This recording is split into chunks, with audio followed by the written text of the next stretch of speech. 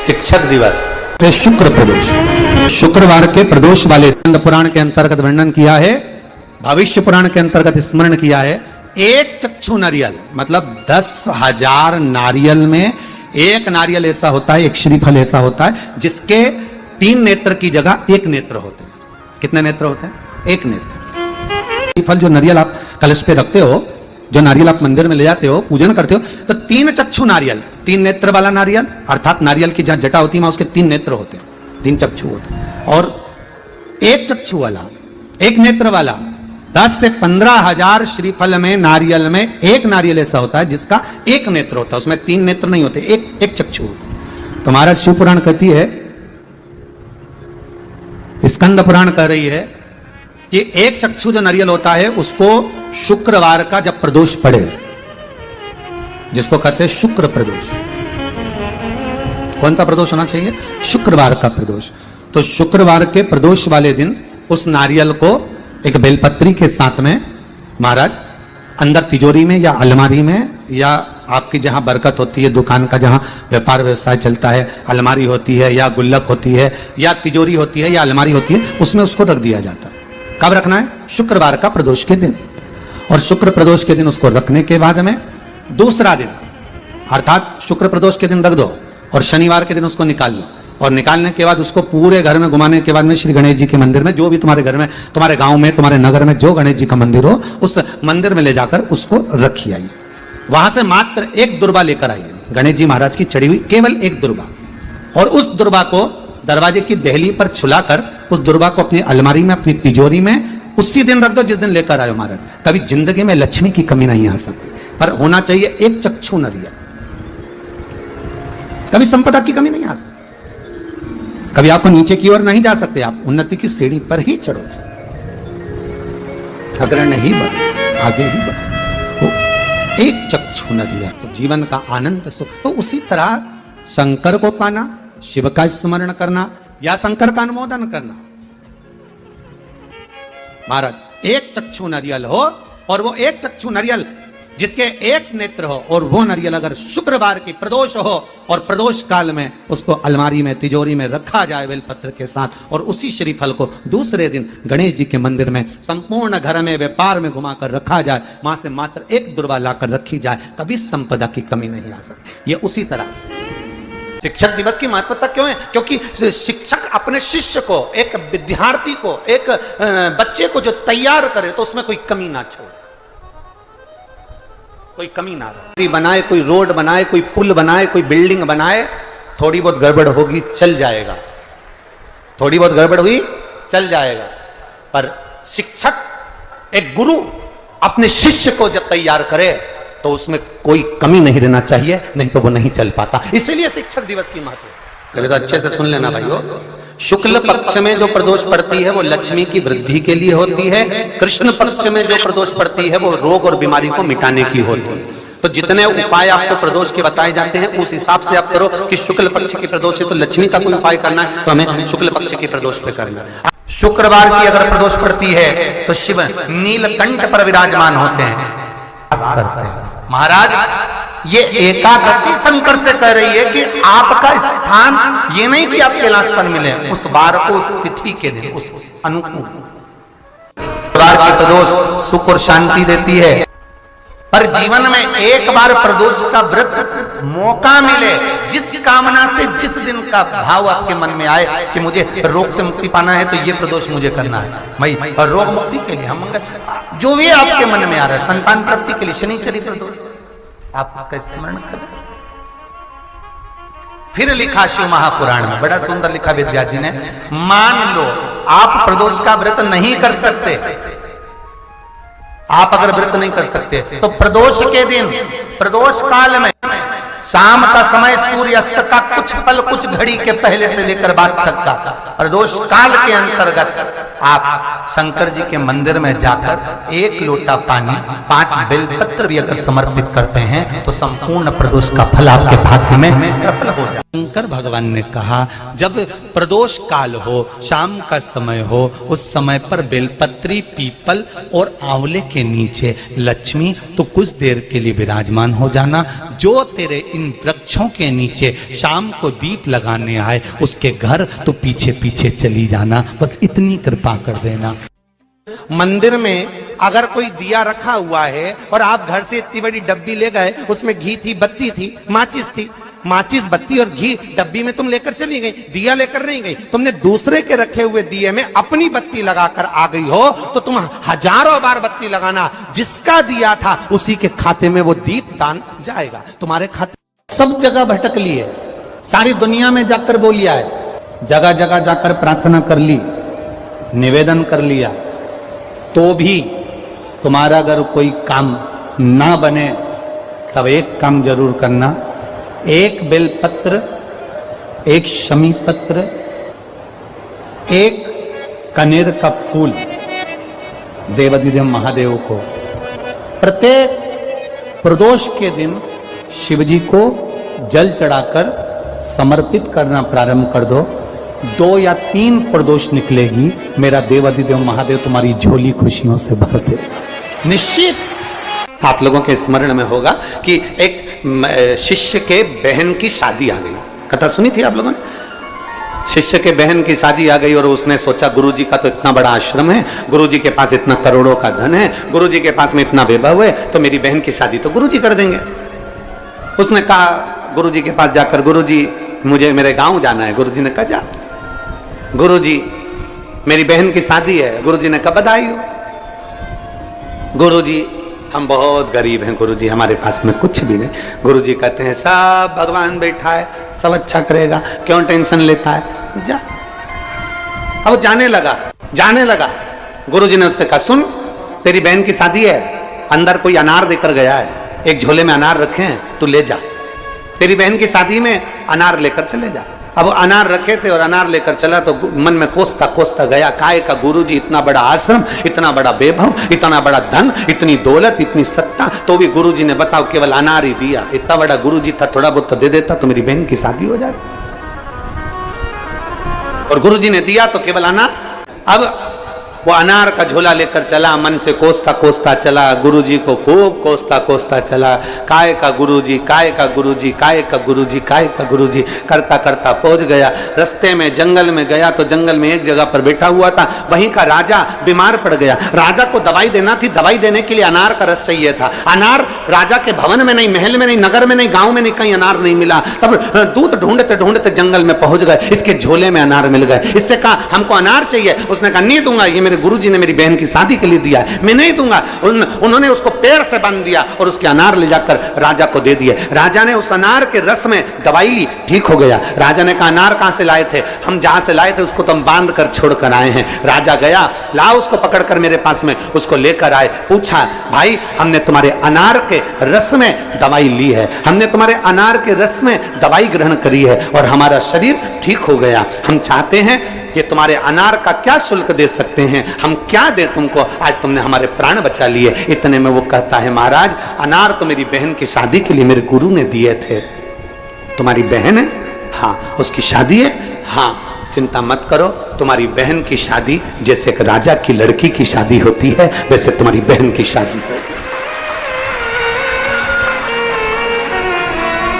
शिष्य की आंख से आंसू बहने लगे कि गुरु ने तो अनार दिए थे, पर मेरी बहन की शादी राजघराने जैसी हो गई। मतलब गुरु तो केवल कह देता है, गुरु तो केवल बोल देता है कि आपको 1 लोटा जल मंदिर तक लेकर जाना है। गुरु तो कह देता है कि श्री शिवाय नमस्तुभ्यम जपना है। गुरु तो कह देता है कि 1 बेलपत्र का सेवन करना है। गुरु तो कह देता है कि आपको शिव भक्ति को धारण करना है। ये गुरु कह देता है। आगे करना आपको, भजन आपको करना है, कीर्तन आपको करना है, मंत्र जाप आपको करना है, स्मरण आपको करना है। तेरे मंदिर में आना मेरा काम है और मेरी बिगड़ी बनाना। पत्री के वृक्ष के नीचे शंकर का शिवलिंग बनाकर पूजन करने से क्या फल मिलता है? तो कहा बेलपत्री के वृक्ष के नीचे पार्थिव शिवलिंग का निर्माण कर कर जब हम पूजन करते हैं, बेलपत्री के पेड़ के नीचे की ही मिट्टी को लेकर जब हम शिवलिंग बनाते हैं और बेलपत्री के पेड़ के नीचे ही जब हम पूजन करते हैं, तो बेलपत्री के वृक्ष में जितनी पत्तियां होती हैं उतने शिवलिंग के पूजन का फल हमको प्राप्त हो जाता है। आपको लग रहा है कि दुख समाप्ति नहीं हो रहा है, एक बीमारी से उठे दूसरी बीमारी में लग गए, फिर कोई दुख आ गया, फिर कोई दुख आ गया, फिर कोई तकलीफ आ गई, फिर कोई तकलीफ आ गई, बार बार आपको लग रहा है कि दुख पीछा ही नहीं छोड़ रहा। प्रदोष के दिन बेलपत्री के वृक्ष के नीचे और दूसरा दिया अपने दरवाजे की चौखट के बाहर, मतलब अपन बाहर खड़े होंगे, अंदर की ओर दिया नहीं, बाहर की ओर एक दिया बेलपत्र के नीचे देवाधिदेव महादेव से प्रार्थना कर कर, हे शिव शंकर, हे गौरी शंकर, हे शिव, आज प्रदोष का दिन, प्रदोष काल में आप भ्रमण के लिए निकलोगे नंदीश्वर के साथ में, ऐसी कृपा करना, आपके लिए मैंने द्वार सजाया है भोलेनाथ, आपकी दृष्टि मेरी चौखट पर भी कर देना, मेरी जिंदगी संवर जाए। इसलिए 2 दीप इसे प्रदोष के दिन, प्रदोष काल में एक दिया बेलपत्री के वृक्ष के नीचे लगाया है और दूसरा दिया जब आप घर में प्रवेश करोगे तो राइट हैंड पर ही लगाएं। कौन से हैंड पर लगाएं? राइट हैंड पर। ये प्रदोष की पूजन का विधान किसने बनाया? ये प्रदोष की पूजन का नियम किसने बनाया? ये प्रदोष की संध्या काल का, प्रदोष के समय का पूजन का विधान कौन बनाया? ये प्रदोष के समय पर एक बेलपत्र चढ़ाने का विधान किसने बनाया? प्रदोष के समय पर एक समीपत्र चढ़ने का विधान किसने बनाया? अगर मान लो कोई भिखारी से भिखारी व्यक्ति भी है जो ठेला चला रहा है, उसके पास में खाने के लिए कुछ नहीं है, फटे कपड़े पहन रहा है, उसकी जिंदगी में कुछ भी नहीं बचा और कर्जे में लदालूम हो गया, एक चावल का दाना अगर वो प्रदोष के दिन, प्रदोष काल में शाम के समय पर शंकर के शिवलिंग पर चढ़ा देता है तो 3 या 4 प्रदोष में उसका कर्जा चूकना प्रारंभ हो जाता है। प्रदोष का विधान इतना ये प्रदोष का वर्णन करा किसने? इतना प्रदोष की महत्वता बताई किसने? इतना वर्णन अगर प्रदोष की महत्वता बताने वाला कोई है, इसीलिए मेरे शंकर भगवान माता सती को लेकर कुंभज ऋषि के यहाँ, अगस्त ऋषि के यहाँ कथा सुनने के लिए गए थे, क्योंकि उनके बराबर कोई शंकर के महत्व को बता नहीं सकता और प्रदोष के महत्व को नहीं बता सकता। सती मैया को प्रदोष का महत्व बताने के लिए शंकर सती जी को लेकर कुंभज बाबा के यहाँ गए थे, अगस्त ऋषि के, प्रदोष के महत्व को तो जानो सती, तुम प्रदोष के महत्व को तो सती जानो, तुम प्रदोष के महत्व को तो सती पहचानो कि प्रदोष का महत्व क्या होता है, प्रदोष काल का महत्व क्या होता है, प्रदोष के समय का महत्व क्या होता है। जिस समय पर सूरज डूब रहा हो, चंद्र प्रकाशित हो रहा हो, दोनों का मेल हो रहा हो, ना तो पूरा सूरज डूबा है, ना पूरा चंद्र आया है, ना पूरा अंधेरा है, ना पूरा उजाला है, उस समय को प्रदोष काल कहा गया, उस समय को प्रदोष का समय। प्रदोष के दिन यदि कहीं से आपको शमी पत्र मिल जाए और प्रदोष काल में, प्रदोष का जो समय होता है, शाम का जो समय होता है प्रदोष काल, 4 प्रदोष 5 प्रदोष आप कर देखिएगा कि आपका कोई काम है, कोई नौकरी के लिए आप अप्लाई कर रहे हैं, कोई समस्या बड़ी विकट आ गई है, कोई तकलीफ, बड़ा गला पकड़ रहा है बेटा, कोई तकलीफ विकट आ गई है, कोई समस्या विकट आ गई है, प्रदोष के प्रदोष काल अगर एक शमी पत्र भी आप घर के शिवलिंग को, अब ये करने के लिए आपको मंदिर के शिवलिंग नहीं जाना, अपने घर में जो शिवलिंग, चाहे वो स्फटिक का हो, कागज का हो, शमी पत्र, यदि आप भगवान शंकर के शिवलिंग पर समर्पित कर रहे हो और उस शमी पत्र को उठाकर रात्रि को 9:15 की जो एक मुहूर्त होता है, एक समय होता है, जिस समय पर हम अपने मन की बात भगवान शंकर को कहते हैं, पूर्व में भी इसका वर्णन के 15 मिनट पर वो शमी पत्र को उठाकर एक कागज में, एक कटोरी में उसको रख देना। 4 या 5 प्रदोष के उस शमी पत्र को अपने पास में रखिए और जिस कार्य के लिए जा रहे हो उसको जेब में ऊपर के भाग में उसको रखकर लेकर जाइए। आपका वो कार्य सफल होकर ही रहेगा, वो रुक नहीं सकता। शमी पत्र में इतना बल होता है, प्रदोष का जो शमी पत्र होता है वो बड़ा बलवान, बड़ा होता है। एक बार माता पार्वती जी ने भगवान शंकर से कहा, प्रभु ये संसार सागर बड़ा विचित्र है। तो शिव जी ने पूछा, पार्वती आप संसार में रहती हो, आप मृत्यु लोक में रहती हो, आप इस भूमंडल पर रहती हो और आप ही कह रही हो कि संसार सागर बड़ा विचित्र है? हाँ प्रभु, ये संसार बड़ा विचित्र है। और शिव जी ने पूछा वो कैसे? पार्वती जी बोली, प्रभु जिसको दुख मिलता है उसको दुख ही दुख मिलता चले जाता है, और जिसको सुख मिलता है उसको सुख ही सुख मिलता चले जाता है।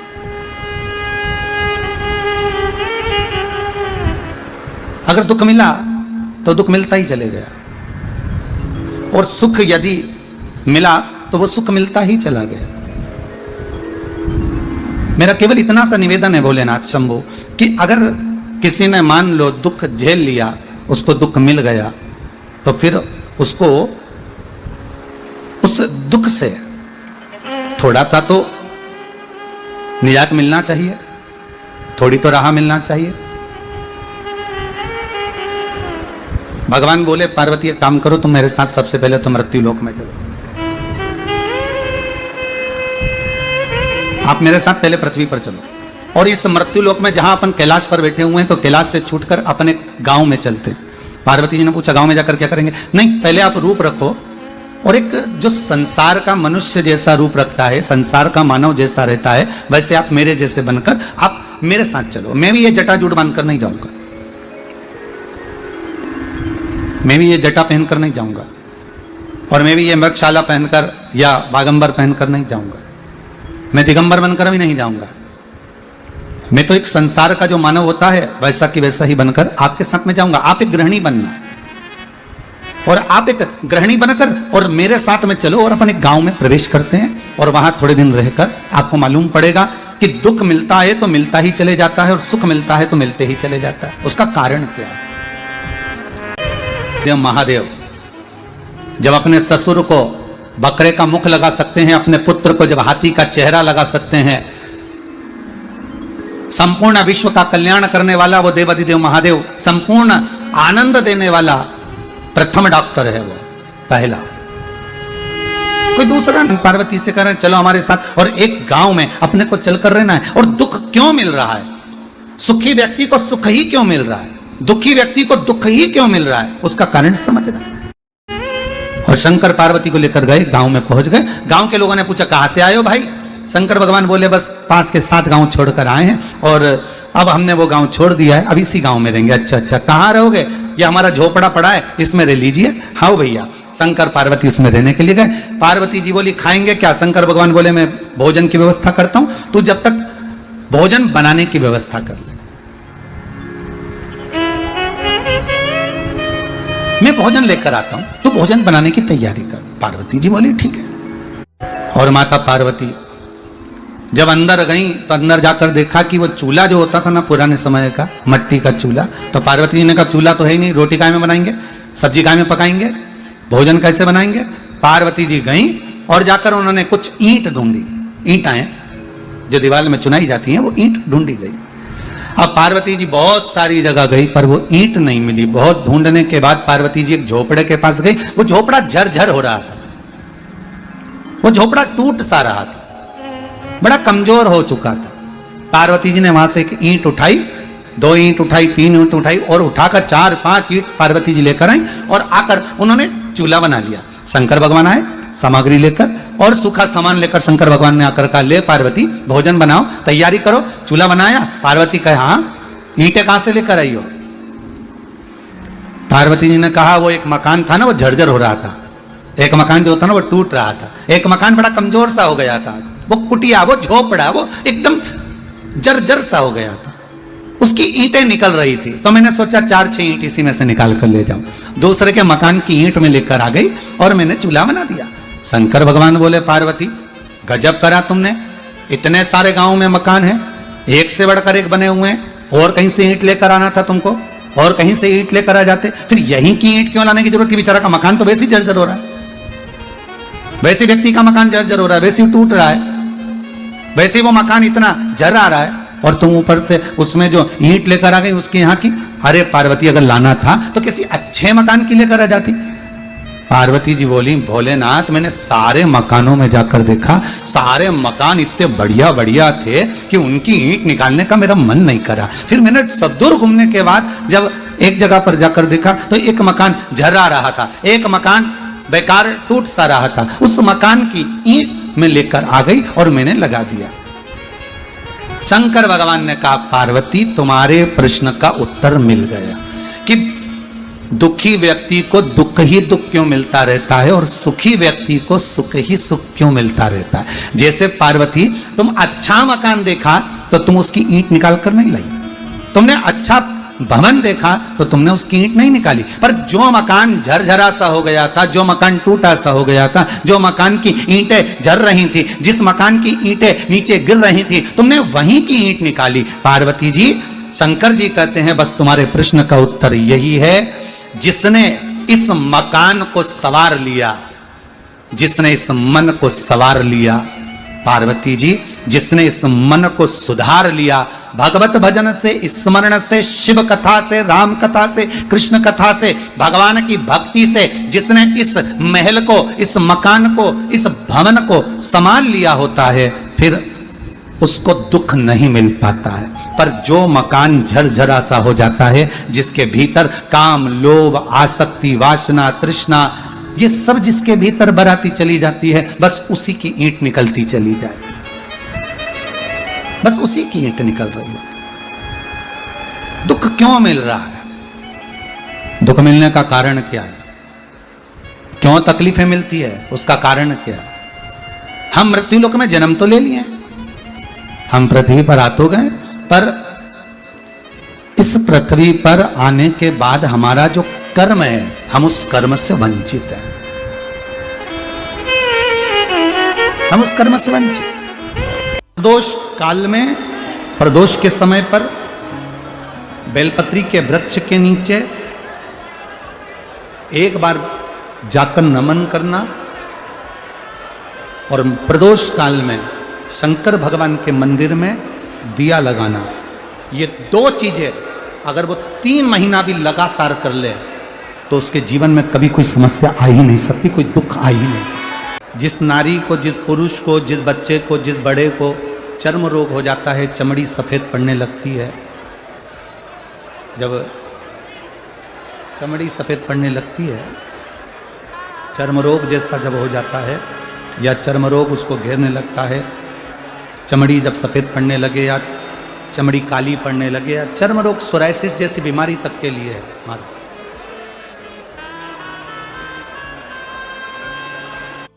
बेलपत्री के वृक्ष के नीचे की मिट्टी, बेलपत्री के वृक्ष के नीचे की मिट्टी, उसको जिस पात्र के अंदर शिवलिंग बनाने के लिए हम गलाएं, जिस पात्र के अंदर हम शिवलिंग बनाने के लिए उसको गलाएं, और